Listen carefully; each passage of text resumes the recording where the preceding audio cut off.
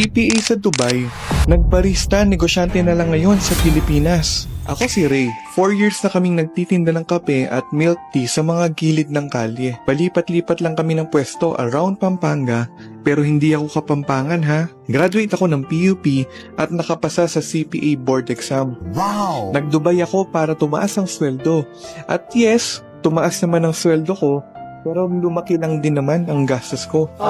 Pagod pa ako lagi sa trabaho na kahit sa office, bigla na lang ako nakakatulog. Kaya unti-unti, gumawa ko ng desisyon na makapagsimula ng negosyo. At fast forward today, sobrang pasasalamat ko sa Diyos na na-discover ko ang konsepto ng mobile cart negosyo. 4 years na rin itong nagsusustain sa aking pamilya. Hawak ko na ang oras ko, maganda pa ang kita, wala kasing renta na binabayaran.